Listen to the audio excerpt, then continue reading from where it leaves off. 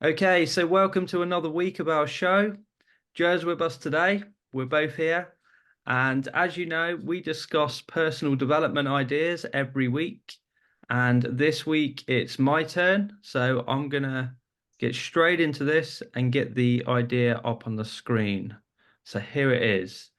So we've been listening to this clip by Earl Nightingale, Studying Decision. It's a 15-minute clip and we've been to it now for about 75 days. So that repetition is really kicking in now. And I've heard this saying time and time again. We've talked about it a few weeks ago, but now because of that level of awareness, it's come up again. So here it is. It's only by examining our decisions do we come to know ourselves. So this stood out for me today. And it's funny because it stood out for me weeks ago. And weeks ago, when I talked about it, I looked at it in a way of looking at my past decisions and thinking I wasn't making the right decisions. And that was that really. There was no more in depth. It was just saying, oh, I bottled that decision. I bottled that one. I could have made this. I could have done that. I need to be braver, basically. That's the way I was looking at it. Now, with the level of awareness, I've actually this week actually examined decisions because it's come to my awareness now that when under pressure to do something, I will just get it done. I will almost turn into a different person and I just get it done.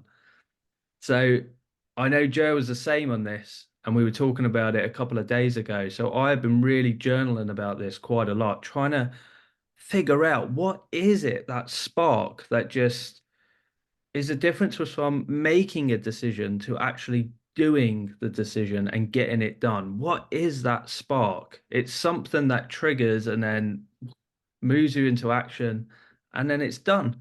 And then something you kind of been procrastinating for a while in the background, because procrastination just creeps up on you. It's always sort of hiding in plain sight. I'm one of these people who kind of fills my time up with busy tasks sometimes. And I think that's just some sort of subconscious excuse for not getting what I should be getting done. Just saying, well, I'm too busy to do that kind of thing. And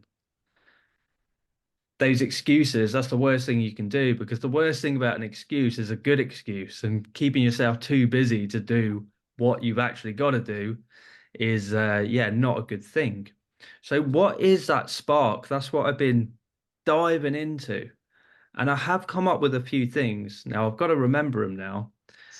So what I've come up with is that all of these decisions that come to a head, so to speak, and move me into action, they all come with an increased pressure.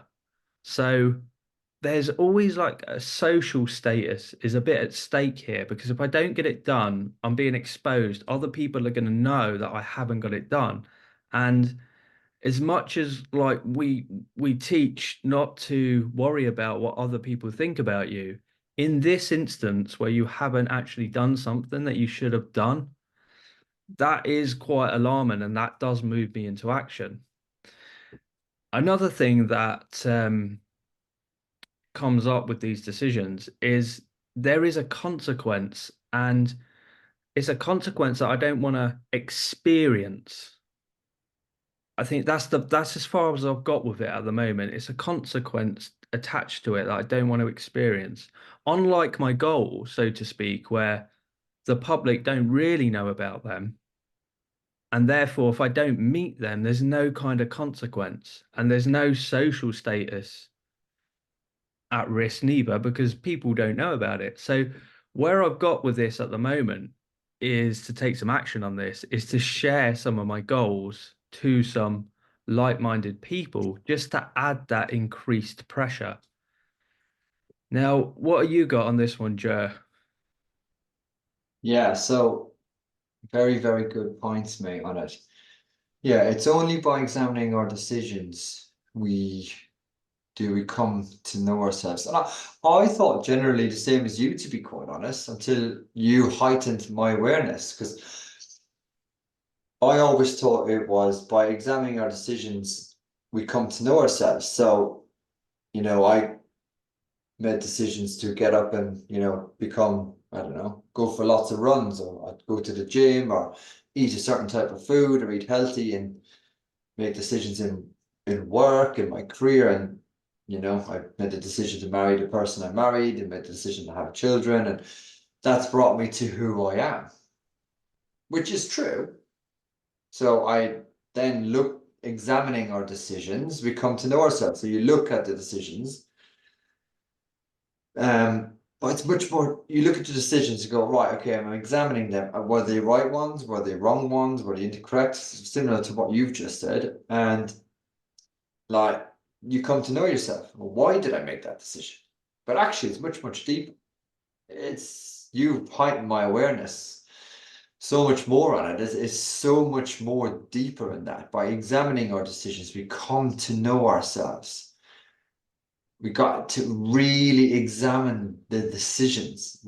But why were the decisions made, and how were they made, is where you're going on it. Like, you usually make a decision to get something done really quickly because there's a deadline or someone you're going to be held accountable for it.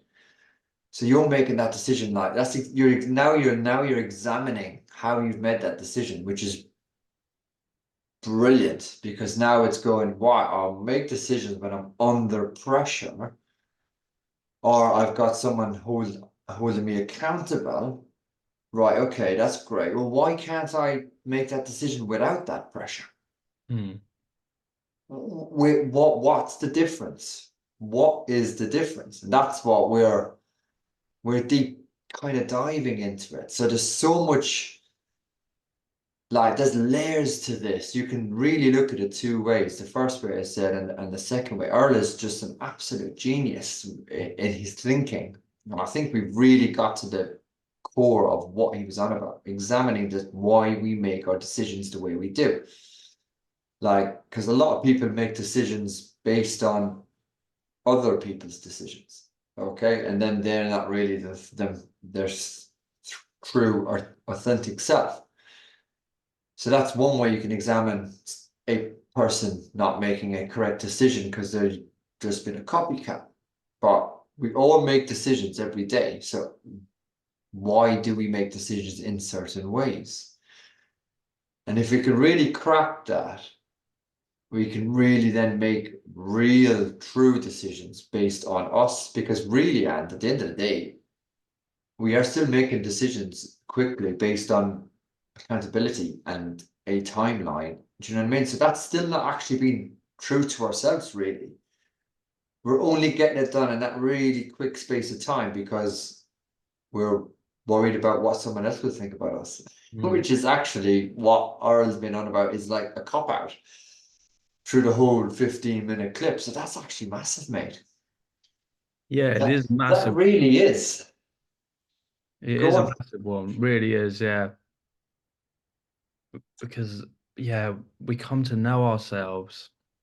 Yeah, I was completely just thinking the other way, more about my defects and what I'm not doing. But actually, if I know that get the doing part of the decision done when I'm under pressure, I'm sort of thinking, well, how can I create that same environment or that same circumstance around my goals, the things that I actually want to get done?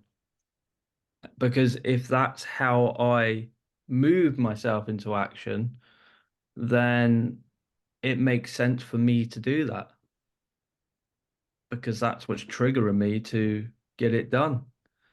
So yeah, it is a mad one. I think we're getting to the bottom of decision. I really do. And it's funny because me and Joe were talking about the 80/20 rule, and we usually listen to these recordings for 90 days.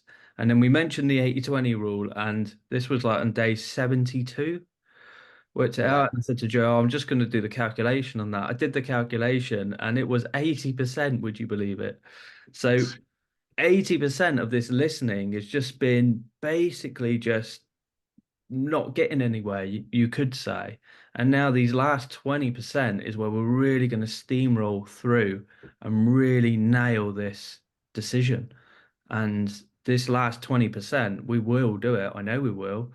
But the thing to remember about that is that we're going to have this skill set now for the rest of our life. We're going to make Right. conscious decisions, and it's only taken 3 months. And those 72 days of kind of banging your head against the wall, we've been learning things for sure. But I would say it's only been this week where we really started to nail it. And I think this sentence here is massive. Yeah. It's funny because we listened to this sentence for so long. We're in day 75 now, is it? Yeah, 74 or 5? 5, I think. Yeah, and it's a game changer really, because if we can, which we will, because we are actually like really learning this while we're speaking to you. It's not like we've spoke in depth. We have, but we're still. I don't think we've still quite got the layers to this one where we can create that um, urgency about making the decision. Because what we came up with was we make a decision, say to write a goal down, but we don't act on that goal straight away.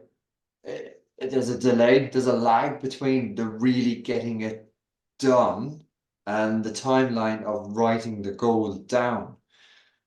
Like, why is there a time lag between that? Yes, there's the learning and the working out how to do it, but you look at some other people and you think, well, they're human beings and they've got success very, very quickly. What's the difference? Well, maybe they found a product that could sell that, or they landed on a trend that was on the way up. But that's just by some of those are just by chance. But there's other people that have carved out marketplaces and hit goals in a very, very quick time. So there's acting on the decision, making a decision, but actually doing and acting on the decision is what we're really deep diving into this. And then that's why we're examining our decisions to know who we are, because yes, we've written a goal down, but it's our actual action on the decision is what we're examining.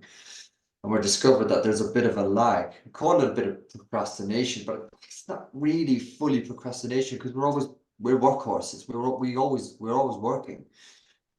So it's something deeper, which I can't quite get my finger on yet, but I'm thinking it's more along of belief and faith, basically in yourself.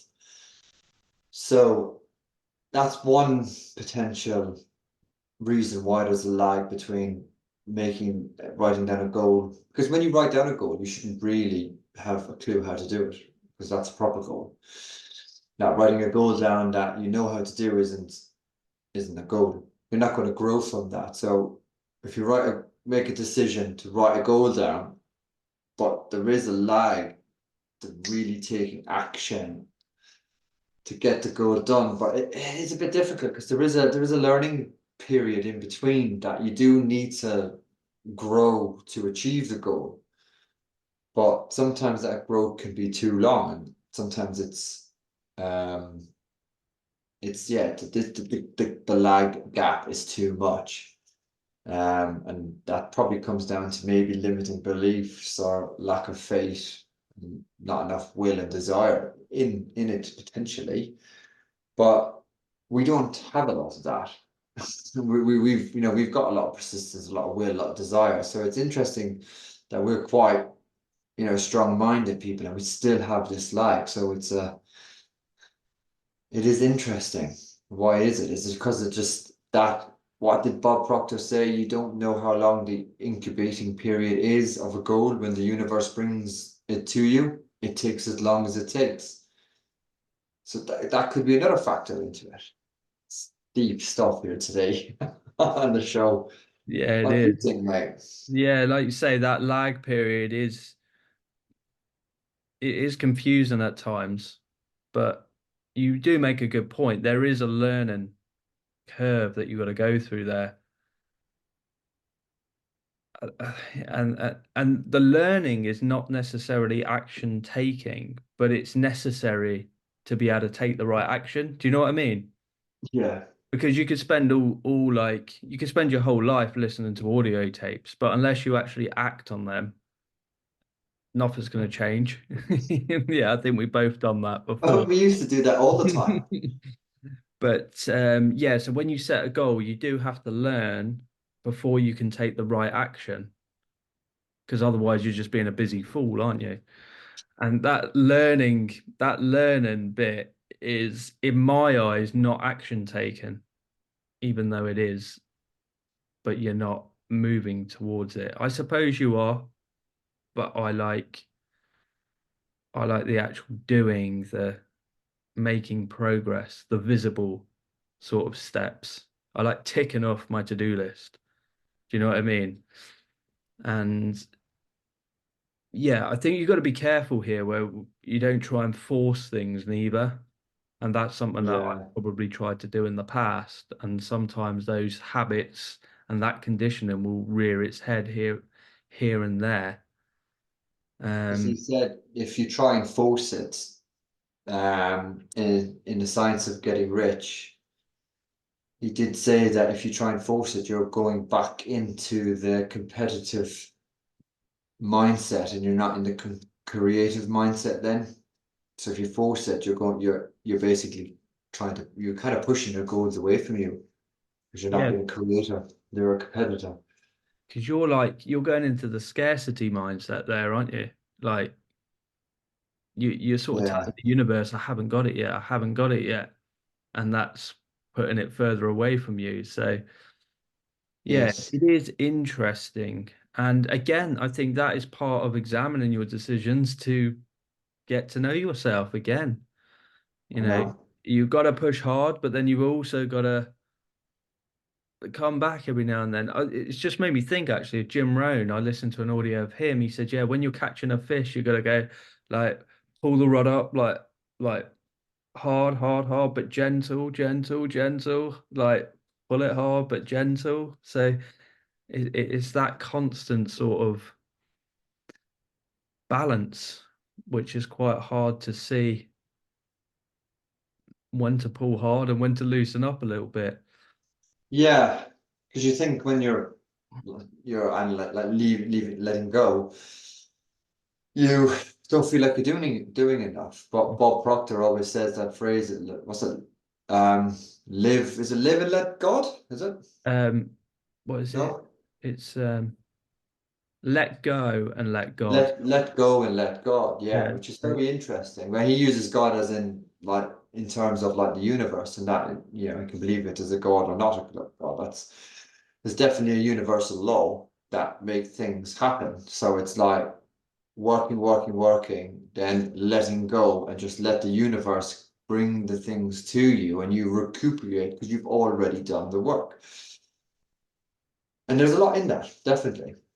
I think there is Because a lot in that. And if you think about this concept that everything's already created, I'm sort of going in my head now. If you've done loads of work and you've taken action and you've caught that up, maybe you will get into that stage where you're not making any progress because it's time for you to let go.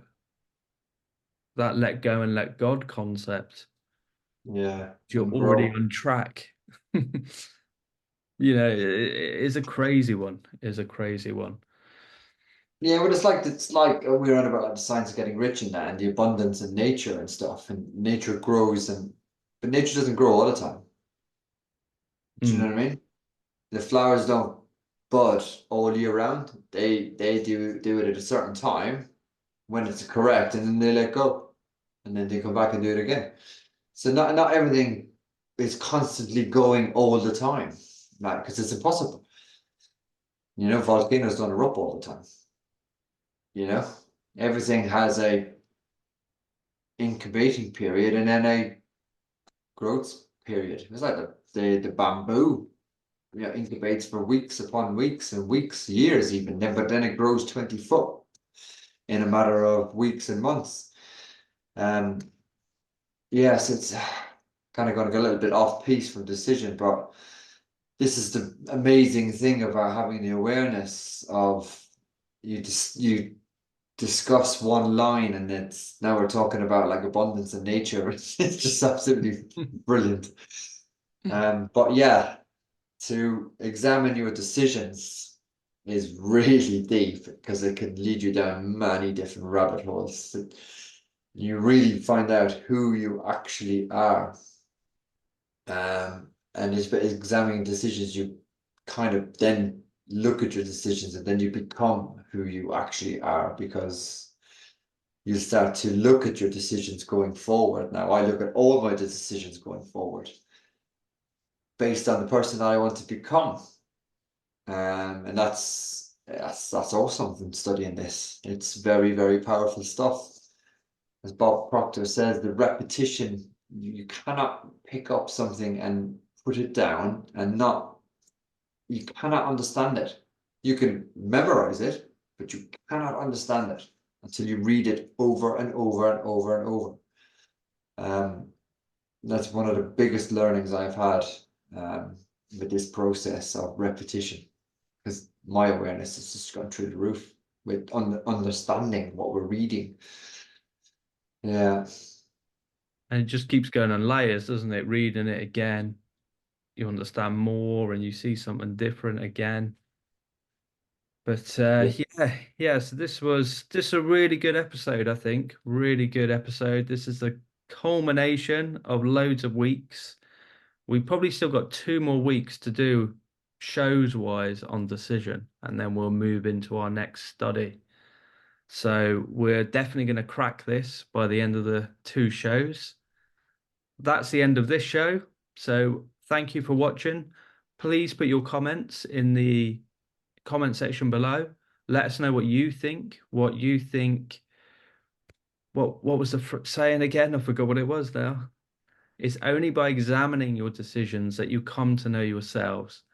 Let us know what you think about that. What does that mean to you? That's the end of the episode, guys. We'll see you in the next one. Bye.